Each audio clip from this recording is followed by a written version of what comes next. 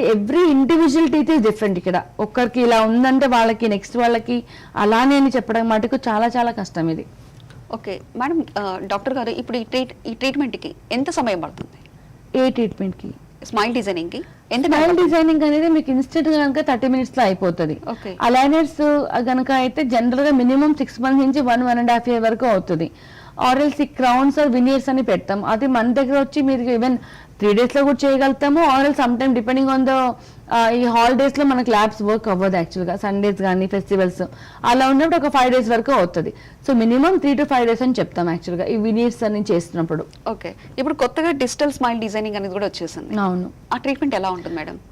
Digital కూడా same అంటే CAD cam technology అని వాడతాం యాక్చువల్గా. అంటే ముందే సిస్టమ్ మీకు స్కానర్స్ అనే ఉంటుంది.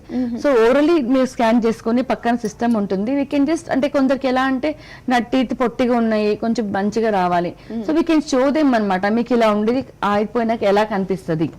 సో దాన్నే మళ్ళీ ఇంప్లిమెంట్ చేస్తాం అనమాట మాకప్ లాగా యాక్చువల్గా. ఓకే, ఇప్పుడు కొత్తగా ఆర్టిఫిషియల్ ఇంటెలిజెన్స్ స్మైల్ డిజైనింగ్ అని కూడా I can tell one thing, artificial intelligence we can not replace dentistry. Okay, పక్కాగా చెప్పగలుగుతా. అదైతే నేను I don't know any field can be replaced by artificial intelligence but not dentist or health system I can say. మీకు dental లో ఏదున్నా కూడా మీకు even చాలా మంది హోమియో మెడిసిన్ వాడని నేను అని చెప్తారు. ఫర్ ఎగ్జాంపుల్ చెప్తున్నా, వాడదని నేను చెప్పాను. నొప్పి ఉన్నప్పుడు రియలీ వర్క్. బట్ ఇప్పుడు పళ్ళల్లో పిప్పళ్ళు ఉంది, ఆ పిప్పళ్ళని క్లీన్ చేసి నింపుతేనే అక్కడ అవుతుంది. So dentist has to work on that. So dentist అనేది ఏ మాటకి రీప్లేస్ చేయలేదు యాక్చువల్గా. ఇప్పుడు ఏ ట్రీట్మెంట్ తీసుకున్నా మేడం, అంటే ఫుడ్ ఎలాంటి ఫుడ్ తీసుకోవాలి? ఎప్పుడైనా సరే వేడి అనేది అవాయిడ్ చేస్తే మంచిది డెంటల్లో. సో అందుకే మీరు ఒక చిన్న ఇది అంటే మీకు పళ్ళు తీసాక ఐస్ క్రీమ్ తినమని చెప్తాం. సో చల్లగా తిన్నప్పుడు ఏంటంటే మనకు క్లాట్ అనేది తొందరగా ఫామ్ అయిపోయి బ్లీడింగ్ ఆగుతుంది యాక్చువల్గా, సూత్నింగ్ ఎఫెక్ట్ ఉంటుంది యాక్చువల్గా. సో అందుకని వేడి అనేది ఎప్పటికైనా బాగా వేడిగా కొందరికి అలవాటు ఉంటుంది, అవాయిడ్ చేయాలి. చాలా మందికి ఏంటంటే మార్నింగ్ పూట నిమ్మకాయ నీళ్ళు తాగే అలవాటు ఉంటుంది, లెమన్ వాటర్ తాగేది. సో దాని మూలన ఏంటంటే మీకు ఎరోజన్స్ అని జరుగుతుంది. సో మీకు ఇలా తాగినప్పుడు ఈ పై భాగంలో లోపల సైడ్ నుంచి పళ్ళు అరిగిపోతూ ఉంటది. సో అలా అందుకని ఇవన్నీ తెలీదు. సో కొందరు ఏంటంటే మీకు గట్టిగా బ్రష్ చేస్తారు. ఎలా అంటే అసలు ఏదో ఉండిపోయింది అని టప్ప టప్ప టప్ప గంటల సేపు. That's very very wrong. It's more 1 to 1.5 minutes is more than sufficient to clean your teeth. Doctor గారు, బ్రేసెస్ క్లిప్స్ అంటే ఏజ్ లో పెట్టుకోవచ్చు? ఇది చాలా మందికి డౌట్ అనమాట. అలైనర్స్ ఏజ్ వరకు పెట్టుకోవచ్చు, ఏదైనా ఏజ్ లిమిట్ ఉందా అంటారు. ఈ క్లిప్ కానీ అలైనర్స్ కి ఏజ్ అంటూ ఏం లేదు, ఎనీ ఏజ్ లో పెట్టుకోవచ్చు. మన దగ్గర వచ్చేసి highest age for the aligners 55 years వరకు చేసాము. క్లిప్ కూడా 58 లో కూడా చేసాము. సో ఇట్స్ బేసికల్ depending on your bone. As long as your bone is healthy, your bone is strong, any age group can be done with the treatment. కొన్నిసార్లు చిన్న age 25-26 ఉంటే వాళ్ళకి బోన్ అంత హెల్తీగా ఉండదు. సో కొందరు జూనియర్ డయాబెటీస్ ఉంటారు. అలాగే మనకు ఇంకొక విషయం చెప్పడం మర్చిపోయాను, డయాబెటిక్ ఉండే వాళ్ళకి చాలా చాలా జాగ్రత్తగా ఉండాలి డెంటల్ ఇష్యూస్తో. Because diabetes and dental both are interlinked. Whenever your sugar levels are increasing, your gum infection will increase. Whenever your gum infections are increasing, sugar level will increase. So both has to be balanced. So చాలా మందికి మా దగ్గర వచ్చినప్పుడు వాళ్ళ gums చూసి వాళ్ళ x ray చూసి మీకు షుగర్ ఉందా అన్నప్పుడు లేదు అని చెప్పేస్తారు. బట్ లేదు, ఒకసారి క్రాస్ చెక్ చేద్దామని చూసుకుంటే వాళ్ళకి 300 to 400 వరకు కూడా ఉంటుంది. So the really thanks like anything. చాలా థ్యాంక్స్ మేడం, మాకు తెలీదు అని చెప్తారు. ఎందుకంటే ఒక గమ్ కండిషన్, అందుకే చెప్తారు మన ఊర్లలో oral cavity is overall oral health is overall health అని చెప్పేసి మన నోరు చూసి కూడా జనరల్ హెల్త్ ఎలా ఉంది చెప్పగలుగుతాం.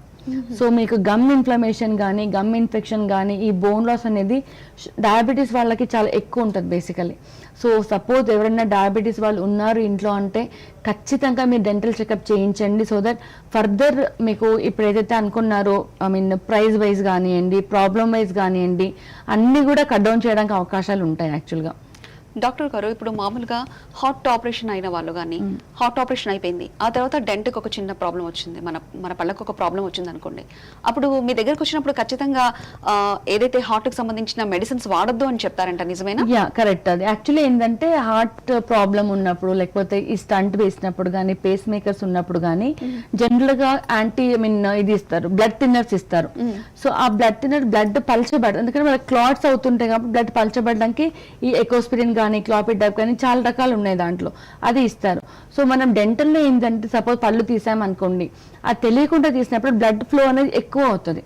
సో అలాంటప్పుడు పేషెంట్ ఆ చూడంగానే ఇంకా పానిక్ అయిపోతారు. కాబట్టి అంటే యాజ్ ఏ డెంటిస్ట్ గా మేము స్టాప్ చేయమని చెప్పొద్దు.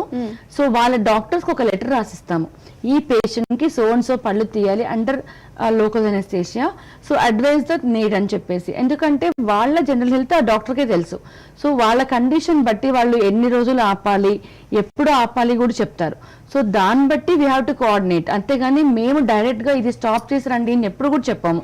వాళ్ళ డాక్టర్ ఒపీనియన్, వాళ్ళ కన్సల్ట్ తీసుకున్నాక వాళ్ళు ఎప్పుడైతే ఓకే అని అంటే అప్పుడే మనం will go for the treatment aspect. Till then మనం ఒక పెయిన్ కిల్లర్ కానీ లేకపోతే యాంటీబయాటిక్ కానీ పెట్టుకొని దాన్ని కొద్దిగా ప్రొలాంగ్ చేయడానికి ట్రై చేస్తాం యాక్చువల్గా.